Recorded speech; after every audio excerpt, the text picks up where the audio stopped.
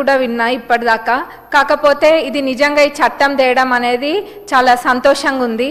ఎందుకంటే ఒక పొలిటీషియన్గా చెప్పట్లేను, ఒక మహిళగా మరి యూత్ పక్షాన ఇంకా ఏదైతే గ్రౌండ్లో వాస్తవాలు ఉన్నాయో వాటన్నిటిని దృష్టిలో పెట్టుకొని చెప్తున్నా అధ్యక్ష.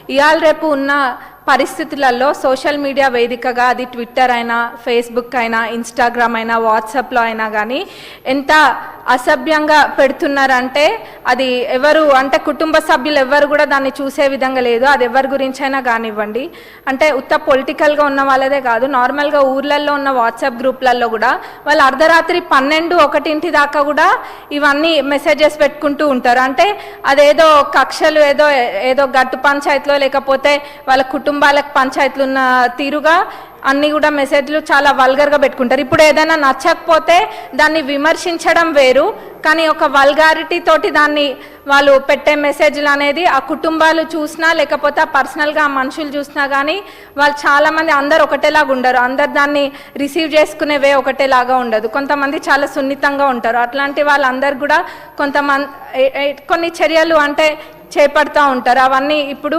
చట్టం కఠినంగా ఉంటేనే ఏదైనా తప్పు చేసే వాళ్ళు భయపడతారు. ఇప్పుడు ఏమైపోతుందంటే సోషల్ మీడియాలో ఎంత అంటే ఇందాక అన్నారు స్కైజ్ లిమిట్ అన్నట్టుగా అయిపోతుంది. అంటే ఏదైనా మాట్లాడచ్చు, ఏదైనా చేయొచ్చు. ఒకటి ఇట్లా కాల్చి వాళ్ళ మీద వేయచ్చు, గుడ్డ కాల్చి మీద వేయచ్చు అన్న విధంగా మాట్లాడుతున్నారు. అది చాలా బాధాకరము.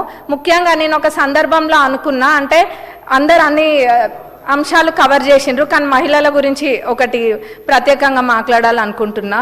మహిళలు ఏదైనా బయటకు రావాలంటేనే ఇవాళ రేపు అన్ని రంగాలలో మహిళలు ఉన్నారు, కానీ బయటకు వచ్చిండ్రంటేనే ఎన్నో ఎదుర్కొని వాళ్ళు బయటకు వచ్చి వర్క్ ప్లేస్లలో అయినా కానివ్వండి, లేకపోతే పొలిటీషియన్స్గా కానివ్వండి, డాక్టర్స్కైనా, అడ్వకేట్స్కైనా అన్నిట్లో మహిళలు ముందుకు వచ్చిండ్రు అని అంటే ఇప్పటికీ ఎంత అడ్వాన్స్గా మనం ఉన్నా కానీ ఏదో ఒకటి ఇబ్బంది అనేది ప్రతి మహిళకు ఉంటుంది. అట్లాంటి సందర్భంలో దాన్ని ఎంకరేజ్ చేసే విధంగా ఉండాలి, కానీ మహిళల పట్ల కూడా చాలా అసభ్యకరంగా వల్గర్గా మాట్లాడడం, మరి పర్సనల్గా వెళ్ళడము, అంటే రీజన్ ఫర్ నో రీజన్ ఇవన్నీ కూడా జరుగుతున్నాయి. అంటే ఏం నేర్పిస్తున్నాం? ఇప్పటికే సోషల్ మీడియా అనేది ఒక రకంగా ఎంత మంచో అంతకు మించిన చెడు వేలో ఇది ముందుకెళ్తుంది. దీన్ని అరికట్టాలి అని అంటే ఫ్యూచర్ జనరేషన్స్ని కూడా మనము ప్రొటెక్ట్ చేసుకోవాలి అన్న ఇది ఉంటే ఇట్లాంటి చట్టం తేయడం అన్నది చాలా అవసరము. ఇప్పుడు ఇంకా ఫ్యామిలీలని కూడా లాగుతూ ఉంటారు ప్రతి దాంట్లో. ఇది చాలా హ్యూమిలియేటింగ్ ఉంటుంది రిసీవ్ చేసుకోవడం. ఇప్పుడు చట్టాన్ని కఠినం చేసినామని అంటున్నారు, కానీ దాని ద్వారా ఒక్క ప్రాణం పోయినా కానీ ప్రపంచంలో ఉన్న సంపద అంతా ఒక పక్కన పెట్టి ఆ ప్రాణాన్ని తీసుకురావాలన్నా కానీ తీసుకురాలేని పరిస్థితి. అట్లాంటి వాటి కోసం ఇట్లాంటి చట్టం ఉండడంలో ఎటువంటి తప్పు లేదు.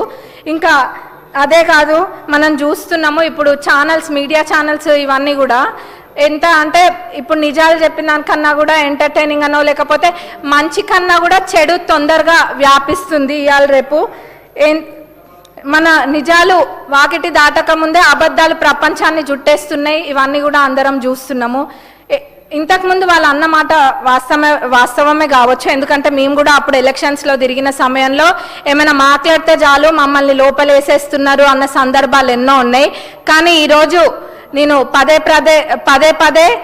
ప్రజాప్రభుత్వం అని ఎందుకు అంటున్నానంటే ఈరోజు చూడొచ్చు ఒక్కొక్క పొలిటీషియన్స్ మీద ఎన్ని పెడుతున్నా కానీ ఎవరు దానిపైన ఎటువంటి చర్యలు తీసుకోవట్లేము. ఎందుకంటే సహనంతో చూస్తున్నాము, కానీ ఎవరైనా కానీ మనుషులే, ఎవరికైనా ఒకసారి మనసు నొచ్చుకుంటుంది.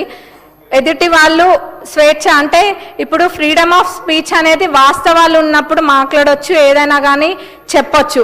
కానీ ఎటువంటి వాస్తవం లేకుండా ఏది లేకుండా ఎట్లా పడితే అట్లా మాట్లాడొచ్చు, ఏదైనా చేయొచ్చు, అన్ని అబద్ధాలు చెప్పొచ్చు, అబద్ధాలనే వాస్తవాలుగా చూపించచ్చు, నలుపు రంగును చూపించి తెలుపు తెలుపు తెలుపు అని అన్ని మభ్యపెట్టచ్చు అన్న తిరుగుంది. కాబట్టి దీన్ని ఖచ్చితంగా ముందుకు తీసుకెళ్ళాలి. మొన్ననే మనం చూసినాము, అసెంబ్లీలో కూడా చూసినాము, అంటే ఎటు దారి తీస్తున్నాయి ఇవన్నీ కూడా అని. కాబట్టి ఈ చట్టాన్ని పూర్తిగా మద్దతు పలుకుతూ మరి దీన్ని సెలెక్ట్ కమిటీకి కూడా పంపించవలసిందిగా మీ ద్వారా కోరుతున్నాను అధ్యక్ష. Thank you. శ్రీ శంకరయ్య గారు.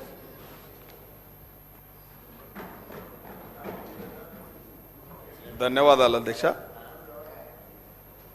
ఈ చట్టం తేవడం